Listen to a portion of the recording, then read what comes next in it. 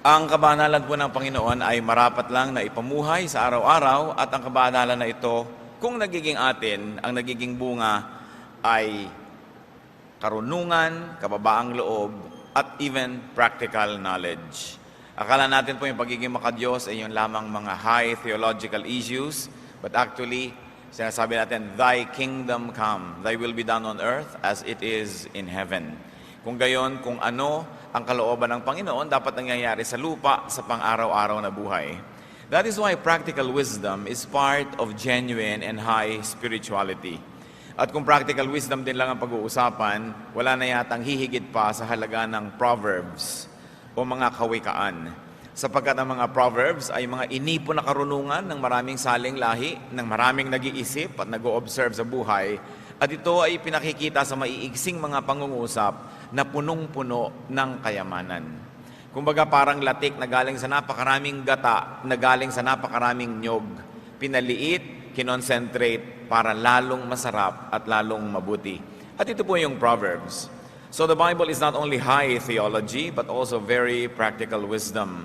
It is heaven on earth. At sa atin ngayong paghahanap ng heaven on earth, pag-apply ng matatayog ng mga diwa sa ating pang-araw-araw na buhay, hahanapin natin sa Proverbs. And we will look for 8 proverb no-nos on work and many matters. Napakaraming sinasabi ng Proverbs na huwag gawin. At ngayon po ang titingnan natin, 8 dapat na iwasan, hindi dapat gawin, tungkol sa paghahanap buhay, sa pagtatrabaho, at sa mga bagay na may kinalaman sa ating pananalapi. Amang Diyos, salamat sapagkat kayo ay God of wisdom, God of everyday life. Humihingi kami ng karunungan na maunawa yung salita at nan sa ganon, magkaroon ng magagandang bunga sa pang-araw-araw na pamumuhay. Salamat po sa iyong karunungan na ibinibigay sa amin. Patawarin niyo po kami sa aming mga kasalanan, linisin niyo kami sa aming mga pagkukulang, at nawa, Panginoon, kayo ang mangusap. Salamat sa pag-iingat niyo, sa mga tagumpay na ibinibigay. Salamat sa pagkandili niyo sa amin. Turuan niyo kami ngayon, at nawa sa pagtuturo niyo, ilayo niyo kami sa mga kasalanan, sa mga kamalian, sa mga panlilito ng kaaway. At ganon din ilayo niyo kami sa masasamang tao at masasamang espiritu. Let your wisdom prevail in our lives, and may we come out of this activity enriched by you, empowered to have a much better life. Father, teach us. In the name of Jesus, your Son, our Lord, we pray. 8 proverb no-nos on work and many matter. No, number 1, do not deny rewards to those who deserve them. Isang uri ng kabanalan na hindi natin ipagkait ang mabubuting bagay, gantimpala at kagandahang loob sa mga karapat-dapat na tumanggap nito. Proverbs 3:27, do not withhold good from those who deserve it when it is in your power to act. Kung kaya rin lang natin, abot kaya natin, ay huwag na nating tatagalan pa, huwag na nating pinahahaba pa ang paghihintay ng mga taong dapat ay tumanggap sa atin ng kabayaran o kaya ay gantimpala. Luke 10:7, for the worker deserves his wages.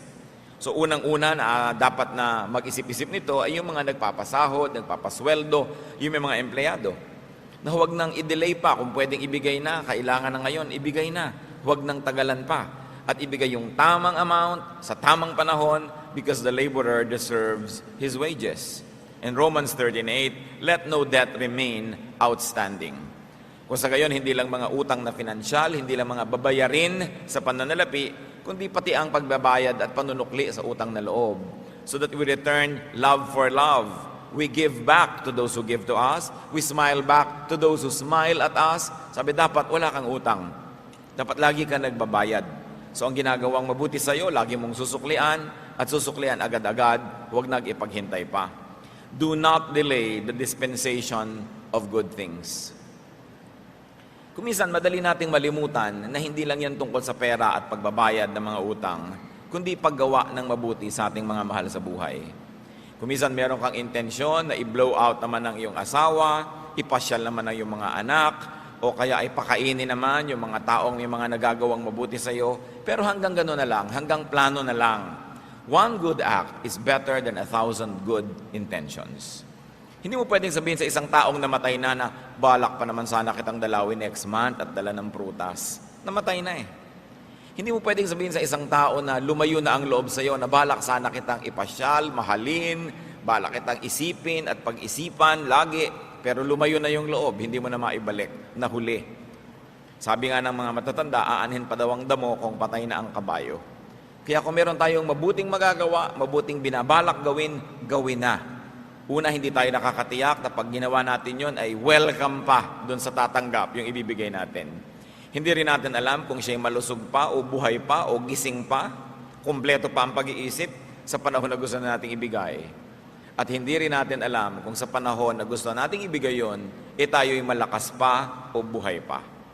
Dapat ibigay na natin agad ang mga dapat ibigay.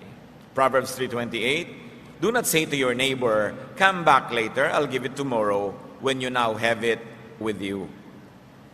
Nanghihiram, humihingi, nagpapatulong ang tao, pwede mo nang ibigay, papatagalin mo pa. Kung minsan merong nanghihiram sa'yo ng pera, pero sige next week gagawa ako ng paraan, pero kaya mo na ngayon. Pero ayaw mo namang magmukhang dali-dali kang nagkapera dahil baka kaabusuhin. Pwede mo naman sabihin, alam mo, ang tagal-tagal kong inipon-ipon ito, o eto ngayon, na sabi mo rin na hindi naman ganun kadaling maglabas sa'yo ng pera para hindi ka abusuhin, pero hindi mo naman tinagalan pa ang pwede mong ibigay na. Kindness delayed is kindness denied. No? Bakit naman gusto natin at sinasabi sa Biblia na ibigay mo na yung dapat ibigay, huwag mo nang tagalan? Una, dahil mahal ng Diyos yung mga nangangailangan na dapat nating tulungan. Pero huwag nating kakalimutan na ipinagagawa sa atin yon dahil mahal din tayo ng Diyos. Dahil alam ng Diyos na una, lahat ng ginagawa nating mabuti ay aani din tayo. So bakit mo tatagalan ng pagtatanim? Di tumagal din yung pag-aani.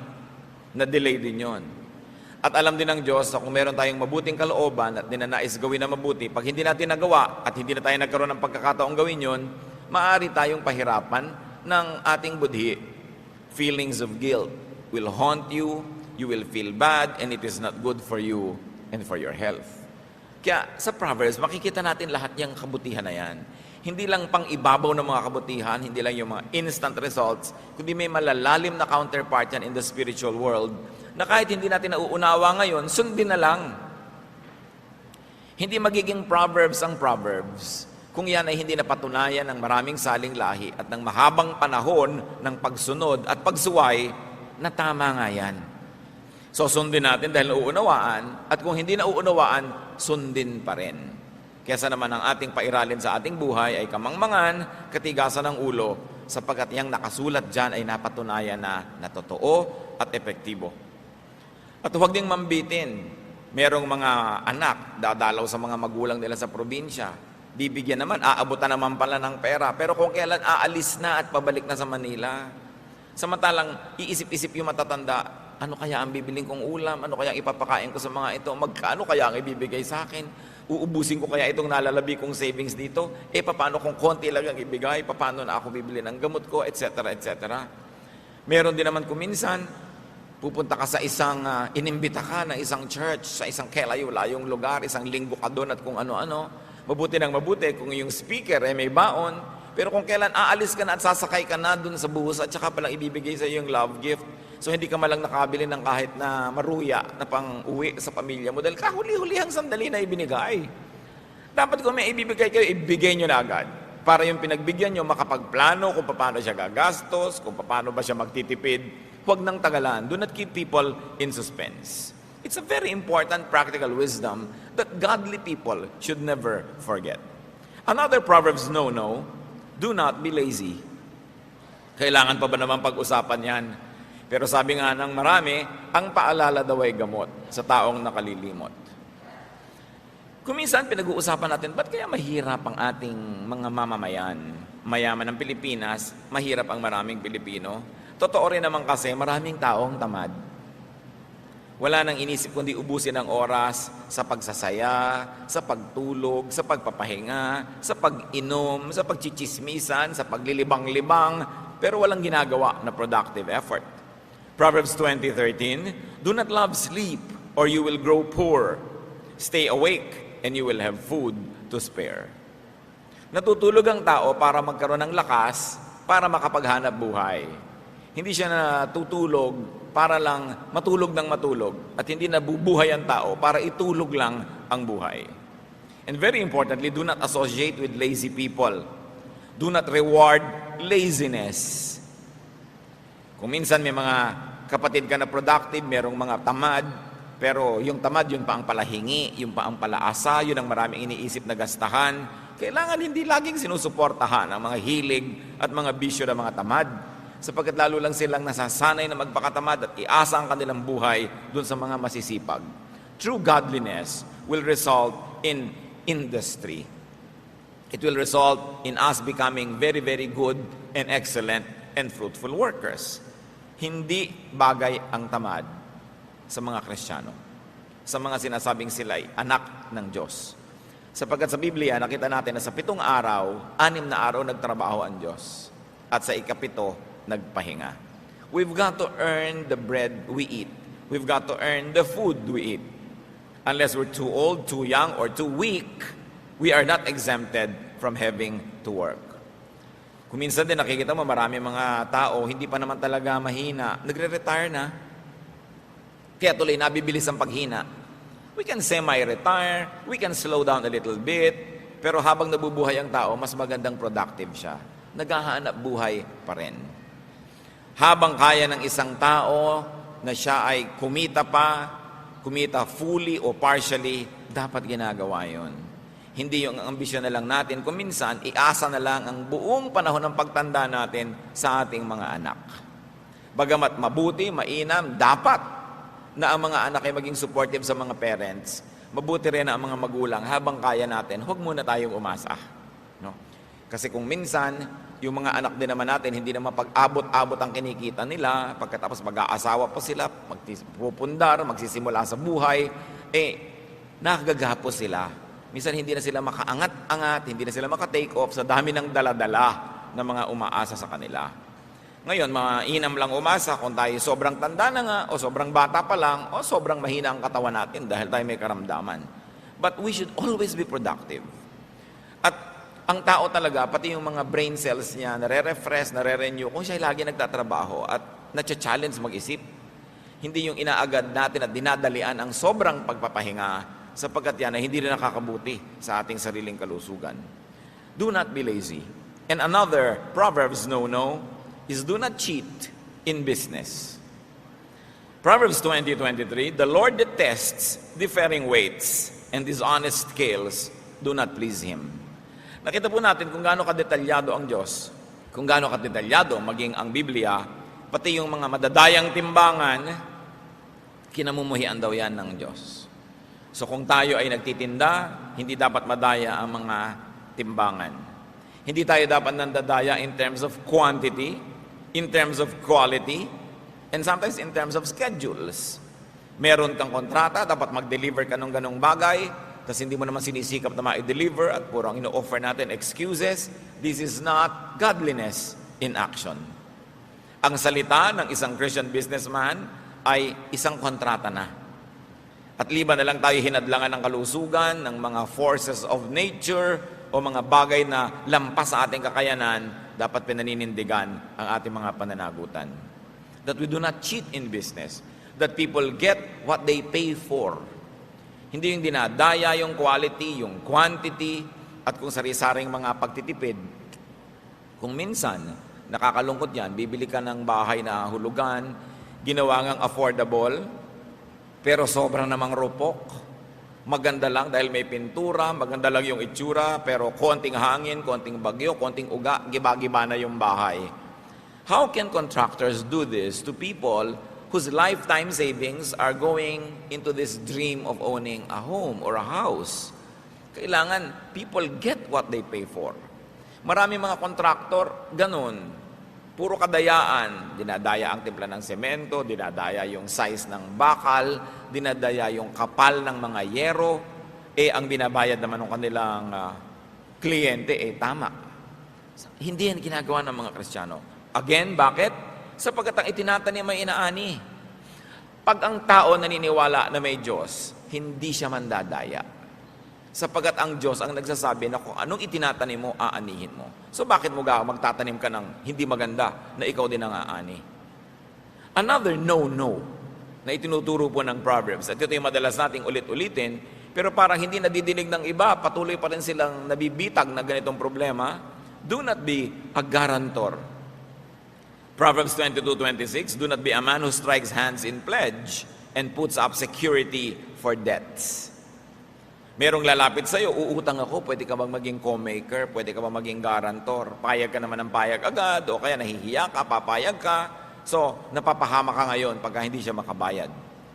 Ang tanong ng iba, paano po kung talagang gusto ko naman makatulong, at salaga hindi na po ba ako tutulong sa mga kaibigan ko, kamag-anak na nagpapagaranti? Tumulong ka kapatid, hindi masama, pero maging handa ka na magbayad. Kasi pag nag-guarantee ka, ibig sabihin nun, hindi ka lang pumipirma doon. Sinasabi mo, pag hindi ka nakabayad, ako magbabayad. Pagka hindi mo na kayang magbayad, ako ang magbabayad. O kaya kaya mo pero tumakbo ka, ako pa rin ang magbabayad. At handa kang patawarin yung tumakbo sa utang niya at ikaw yung napahamak. Pag handa ka sa ganung mga bagay, okay, mag-guarantee ka. Pero kung sasama ang loob mo dahil ikaw yung nagbayad, magkakagalit kayo dahil hindi niya nabayaran, huwag ka nalang mag-guarantee. So guarantee, yes. Be a guarantor, yes. But be ready to pay. Be emotionally, spiritually, and financially ready. Para kung sakaling nangyari, handa ka na, sabi mo, talagang ganun, pumirma ako, so akong magdusa dito. Dahil noong pa man niyakap ko na yung pananagutan, na kung hindi niya ito mabayaran, ay babayaran ko. Hindi yung dinidemanda mo na siya ngayon, ginugulo mo na siya ngayon dahil hindi siya nakakabayad. Nag-guarantee ka Kasama yon. Ang kausap ko po dito, yung mga nag-guarantee hindi yung nagpag-guarantee. Kailangan kung nagpag-guarantee ka, talagang sukdang mahubaran ka na ng lahat ng mahuhubad sa'yo, ibayad mo muna bago mo ipahamak yung nag-guarantee sa'yo. Hindi yung bigla ka na lang mawawala. Mayroong mga ganyan at napakahirap talaga yung namamagitan ka. Yung may investment, may investor. Ikaw nagsabi, investor, mag-invest ka dito. Tapos ito nalugi, ito ngayon nagagalit sa'yo. O kaya ito tumakbo na 1, 2, 3 niya si investor, ikaw ngayon ang naipit. Ang hirap nun.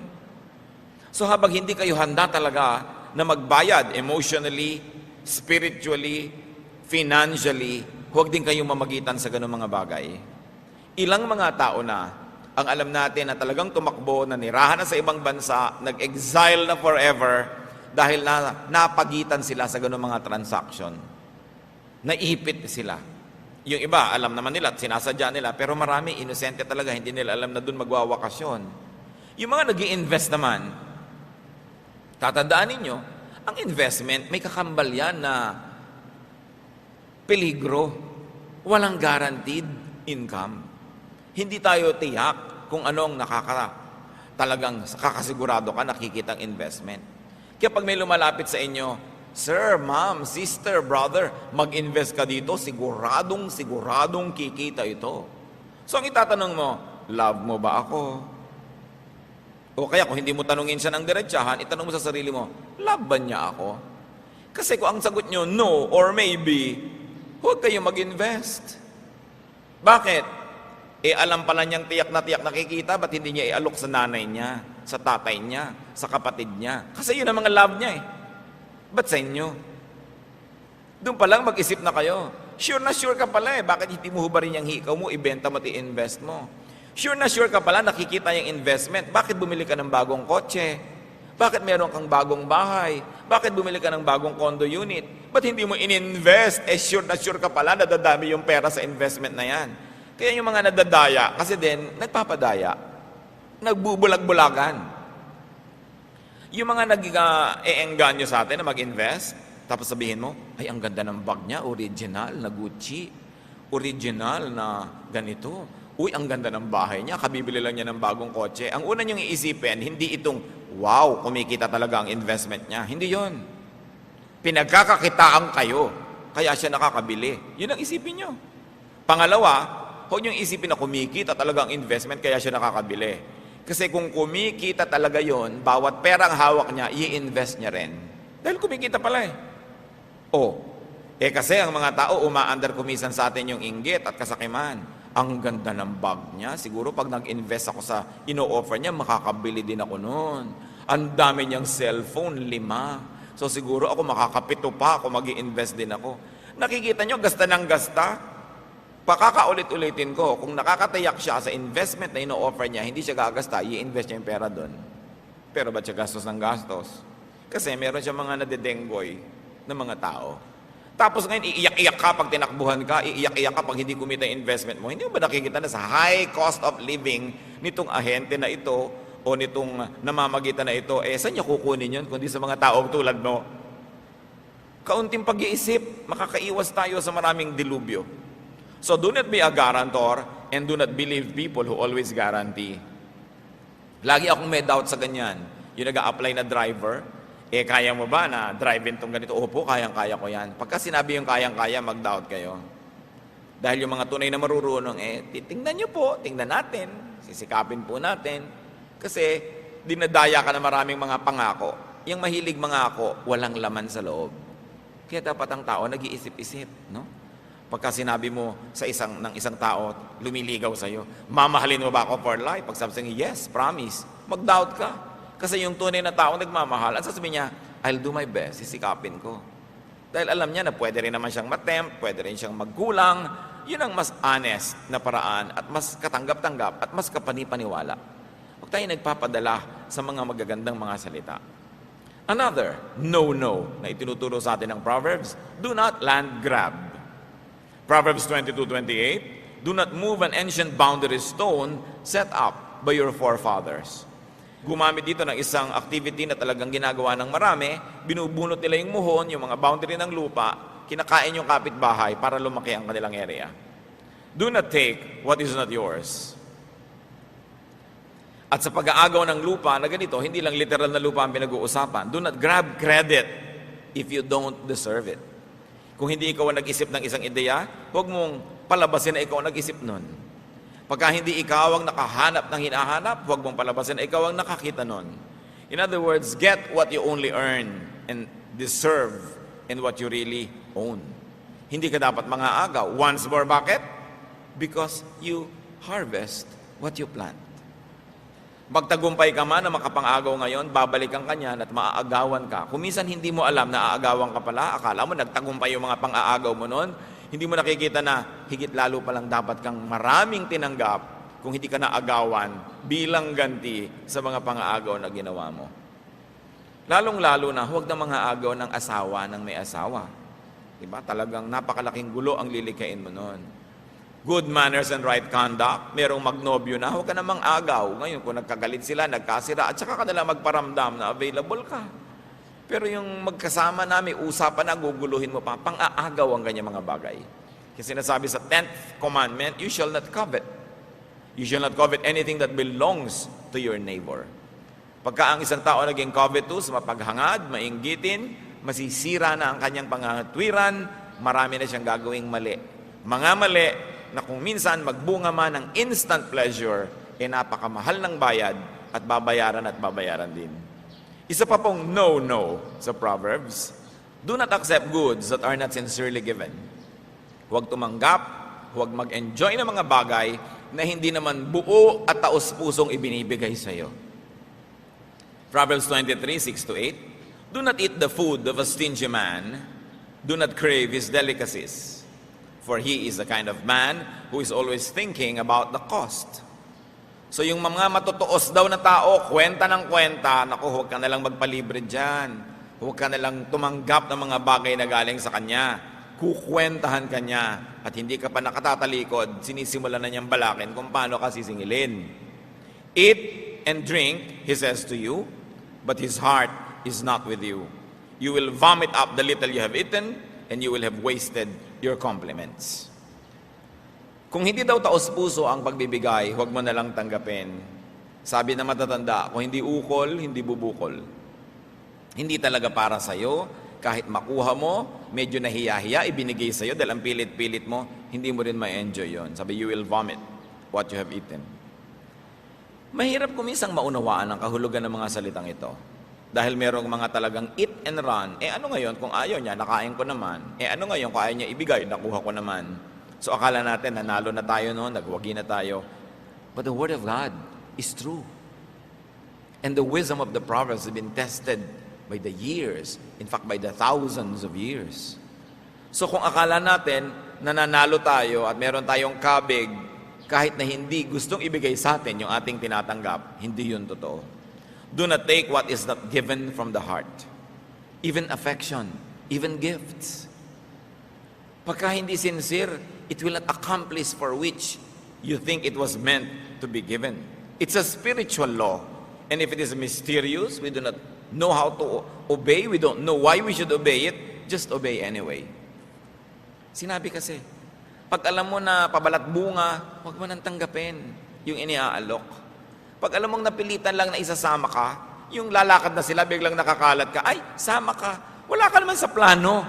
Huwag ka nang sumama. Kalabisan ka doon. Una, maaagawan sila ng kasiyahan dahil mayroong element na nandun na hindi naman nila inaasahan nandun. At ikaw man, hindi ka naman lubusang masisiyahan dahil alam mong hindi ka talaga kasali. Half given. Maraming ganyan. Kahit yung mga sexual favors na kinukuha sa through sexual harassment, yung gusto-gusto mo ang isang tao, empleyado mo siya o may kapangyarihan ka, tapos pipilitin mo siya, hinug sa pilit. Kaya mapait daw yan, sabi ng mga matatanda. Huwag na lang, pagka hindi talagang suko at ibinibigay ng lubos, ano man yon, huwag mong ipilit. Huwag ka nagnanakaw ng halik. Diba? Kung hindi ka naman talaga hinahalikan, huwag ka magnakaw ng halik, kamumuhian ka lang. Makakainisan ka, maitutulak ka pa. At magtagumpay ka man, dun sa moment na yon, hindi ka na makakahalik uli. No? Napaka-importante yan. Tulad ng marami sa ating mga kapatiran, Pastor, pakis. Ano ako, artista? Nakikita kasi nila, may kinikisan ako, mga pinsan ko yun, mga kamag-anak ko, mga kaibigan ko matatalik. Ngayon, kung hindi tayo ganon, huwag na kayo magpakis. Diba? Dahil, hindi naman dapat pinaggagawa yan. Nagbo-volunteer ka kung gusto mo, pero hindi yan, bigla na lang inaagaw, bigla ka na lang dinagit, at naskoran ka na. Hirap ng loob. Ano man yon? Pag sa hindi ibinibigay sa iyo, hindi kusang ibinibigay, huwag mong mithiin. Mapakla, mapait ang bunga ng nakaw. Akala mo lang masarap yon, pero sabi sa Biblia, may bayad. Madalas ang bayad, hindi natin alam. Nagbabayad pala tayo. Kaya pala kahit kuminsan anong gawin mo negosyo, hindi mag-click. Kaya pala kuminsan, ang sama-sama lagi ng pakiramdam mo, o laging mali ang nangyayari, o parang wala nang tama na mangyari sa buhay mo, nagbabayad ka pala. Pag lagi nangyayari, isipin natin, ano kaya, Diyos ko, ang mga utang kong di ko alam na utang ko pala, binabayaran ko tuloy.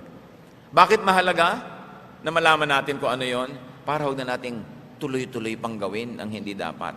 Para matigil ang mga bagay na hindi dapat dumadating sa atin, pero dating ng dating, dahil tayo rin naman kasi yung humihimok na dumating yun sa buhay natin.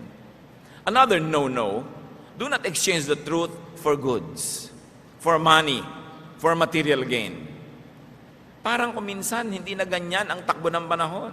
Nabibili ang mga witnesses, nababayaran, pati mga hukom, siyempre hindi lahat. Pero nililimot na ng tao yung mga katuruan na huwag mong ipagpapalit ang katotohanan para lang sa pera, para lang sa material gain. Why? And why not? Because God is truth. Even Jesus is truth. So when you compromise the truth for material gain, you're actually abandoning God. You're abandoning the very concept of God, and you're abandoning the very, very character of God, and that God is truth. And that godliness means truthfulness. Proverbs 23:23, buy the truth and do not sell it. Get wisdom, discipline, and understanding. Dapat yata nakalagay yan sa malalaking mga letra sa ating mga hukuman. Dapat nakalagay yan sa malalaking mga letra sa ating mga government agencies. Kahit sa mga churches, kahit saan, buy the truth and do not sell it. Sasabihin natin, hindi ko naman sinesell yung katotohanan. Totoo. Pero kung minsan, kinakampihan natin yung makapangyarihan kahit sa sinungaling. We are selling the truth. We are selling out on our truthfulness. Kung minsan may naaaping isang tao na makatotohanan, makadiyos, hindi ka nalang kikibo. Kasi yung nang-aapi, makapangyarihan, may pera, o may napapala ka sa kanya, that is a way of selling the truth. Nabebenta ang katotohanan, nabibili ang tao. Nagbubulag-bulagan siya sa kasinungalingan, o siya mismo ay nagsisinungaling, o hinahayaan niya na umira lang kasinungalingan dahil meron siyang napapala sa pagbubulag-bulagan at pagbibingi-bingihan. Pero isang uri ng pagtataksil sa Diyos, sapagat ang Diyos ay katotohanan. Ang mga taong makadiyos ay mabubuhay sa katotohanan, anuman ang maging halaga nun na dapat niyang ibayad. Kaya sabi, buy the truth. Meron kang ipapalit. Kung minsan hindi ka na-promote kasi truthful ka. Kung minsan hindi ikaw naging paborito kasi honest ka. Pero sabi niya, buy the truth and do not sell it. God is on your side when you do this. And we know that godliness is not always about instant gratification. Na ang tunay na mga kasiyahan sa piling ng Diyos ay hindi laging bigla-biglaan, kundi dumarating sa pangmatagalan in the long run when you run the race and finish it. Hindi tayo dapat mainipin sa gantimpala, lalong-lalo sa gantimpala sa mga nabubuhay sa katotohanan. Yung mga bigla-biglang mga gantimpala at mga sarap sa buhay, kadalasan, si Satan ang may offer niyan. Enjoy now and pay later.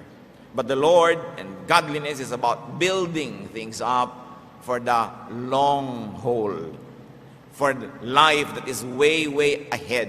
Hindi yung mga bigla-biglaan lamang. Sabi nga sa Tagalog, ditong Proverbs 23:23, hanapin mo ang katotohanan, karunungan at unawa. Pahalagahan mo ang mga ito at huwag pababayaang mawala. It is a spiritual law. Once more, it can be mysterious. The meaning, the immediate value and benefit is not always readily visible. Pero tulad ng nasabi na natin, salita ng Diyos, sundin. Whether or not we agree, whether or not we understand. Marami pa pong sinasabing no, no, no sa Proverbs, pero huli sa pag-aaralan natin ngayon, do not enjoy now and pay later. Do not gaze at wine when it is red, when it sparkles in the cup, when it goes down smoothly. In the end, it bites like a snake and poisons like a viper. Your eyes will see strange sights, and your mind imagine confusing things. You will be like one sleeping on the high seas, lying on the top of the rigging. They hit me, you will say, but I am not hurt. They bit me, but I don't feel it. When will I wake up so I can find another drink? Huwag daw mabuhay sa paglalasing. Maraming mga equivalent yan. Do not be high on alcohol. Do not be hooked on drugs. Do not be addicted to artificial intoxication. Sabi yung alak, masarap inumin, masarap sa bibig, masarap lunukin, pero ang sipa, later. Kaya pa nating maintindihan kasi yung mga wine na ginagawa sa Mediterranean areas, sa Israel, sa Greece, sa Spain, sa Italy, yung sa mga area na yan, yung wine talaga masarap sa bibig. So pwede ka talagang masarapan, uminom ng uminom, tapos bukas ang sakit ng ulo mo, lasing ka. Nung lasing ka pala, sinaksak mo yung kumpare mo, sinaktan mo yung asawa mo, sinunog mo yung bahay nyo, binusan mo ng kumukulong mantika ang anak mo nung bangag ka, tapos paggising mo, nagdurusa ka, pero maya-maya naghahanap ka na naman ng bagong fix. Paulit-ulit lang ang ganito mga bisyo. Pero tulad ng nabanggit, mas madaling maintindihan yung umiinom ng masarap, tapos nakakalasing pala at masakit ang ulo mo later. Pero yung mga iniinom ng marami nating kababayan, hindi nga masarap Ang pait. Kailangan pa ng chaser. Diba? Kailangan pa ng pulutan para medyo malimutan mo yung guhit sa iyong lalamunan. Kaya pag may mga tagayan, ikaw, ay nakainom na ako. Ikaw naman, nagtutulak-tulakan actually kung sinong iinom. Pero bakit nag-uumpok-umpukan para mag-inuman? What the verse is saying is, do not exchange a morning after headache for a besotted sleep. Huwag ipagpalit, no? Sa konting sarap sa pag-inom, yung bukas may headache ka, may problema ka pala, meron ka palang gagawin na hindi mo nagawa, meron ka palang hindi mo dapat gawin na siya mo namang nagawa. Do not let the devil take tomorrow just so to have a good time tonight. Do not sacrifice long-term for short-term pleasure. And do not rest now and then work later because you did do your work at the time that you should be doing it. Plant first. Do the right thing first so that you will harvest at the right time. Isa yan sa mga dapat nating laging tandaan. Lalo sa ating kultura. Lagi nilang nagiinuman ng mga tao. Bakit naman yung mga tunay na lalaki, hindi na makapagkita-kita ng hindi nalalasing? At hindi naman titigil uminom hanggang hindi lasing. Sana uminom lang ng kote tapos tumigil na. Pero hindi, talagang 8 cases ng beer. Talagang hindi sila titigil hanggang hindi mga lango. Talagang hindi titigil hanggang hindi sila nag-aaway. Ang dami-dami naman magkakasundo nung nagsisimulang inuman, tapos mamaya nagsasaksakan na pala. Paano? Weak characters lean on strong drink. Yung mga duwag, hindi makapagsalita kundi lasing. Yung mga mahihina ang loob, hindi makapagtapat kung hindi lasing. Kailangan pa nilang lasingin ang mga sarili nila, tapos tatawagin nila yung sarili ang tunay na lalaki. Kailangan mong malasing para ka tumapang. Anong tunay doon? Kailangan nating i-review yan kasi tuwing na lang may fiesta, tuwing na lamang may birthday, tuwing na lamang may okasyon, lagi nilang hindi nawawala ng pasyente sa ospital pagkatapos kasi may nagsaksakan ng basag na bote, may nag-away. At tuwing may naglalasing na mama, may ninenervyos na ginang. May ninenervyos sa mga anak sapagkat ang kanilang papa-papa na ang bait-bait pag nalalasing nagiging halimaw. So bakit kailangan gawin ang mga bagay na ito? Paulit-ulit na lang. Tingnan ninyo, generation to generation to generation, yung mga tatay na mangiinom, nagkakaroon ng mga anak na mangiinom, nagkakaroon ng mga apong mangiinom, na usually pare-pareho naman silang nakalugmok sa kahirapan, pare-pareho mga lubog sa utang, pare-parehong walang maging bunga ang buhay, hindi pa rin natuto na dapat baguhin ang paraan ng pamumuhay. Kailangang tigilan ang ganito mga bisyo. So work, business, money matters are very important elements of life. Kaya nasa Proverbs. Kaya nasa Biblia. The Bible, and now very especially the Proverbs, teach us on work ethics. Teach us on the way to a good life. They teach us values concerning money, business ethics, work ethics.